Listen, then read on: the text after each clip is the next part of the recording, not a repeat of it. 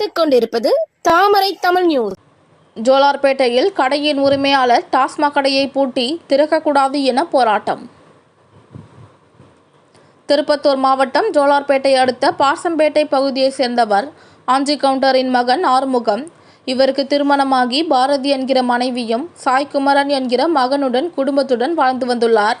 இவருக்கு சொந்தமான ஜோலார்பேட்டையிலிருந்து புத்துக்கோயில் வரை செல்லும் சாலையில் 9 கடைகள் மற்றும் வீடுகள் உள்ளன. இதில் கடந்த 2016ஆம் ஆண்டு டாஸ்மாக் கடை வைக்க 3 வருடங்களுக்கு ஒருமுறை ஒப்பந்தம் புதுப்பித்தல் அடிப்படையில் வாடகைக்கு விட்டுள்ளனர். இதையடுத்து கடந்த 2022ஆம் ஆண்டு ஆறுமுகம் உடல்நலம் பாதிக்கப்பட்டு உயிரிழந்துள்ளார். பின்னர் அவரது மனைவி தன் மகனுடன் வாழ்ந்து வந்த நிலையில் அவர் உயிரிழந்த பிறகு வாழ்வாதாரம் பாதிக்கப்பட்டதால் டாஸ்மாக் கடையினை அப்புறப்படுத்தி வேறு இடத்திற்கு மாற்றிக்கொள்ளுங்கள் என்று டாஸ்மாக் டிஎம்மிடம் கோரிக்கை மனு அளித்தார். ஆனால் எந்த ஒரு நடவடிக்கையும் எடுக்காததால் பாரதி என்பவர் திருப்பத்தூர் மாவட்ட ஆட்சியரிடம் கடந்த 2 வருடங்களாக 7 முறை கடையை காலி செய்ய கோரி மனு அளித்துள்ளார்.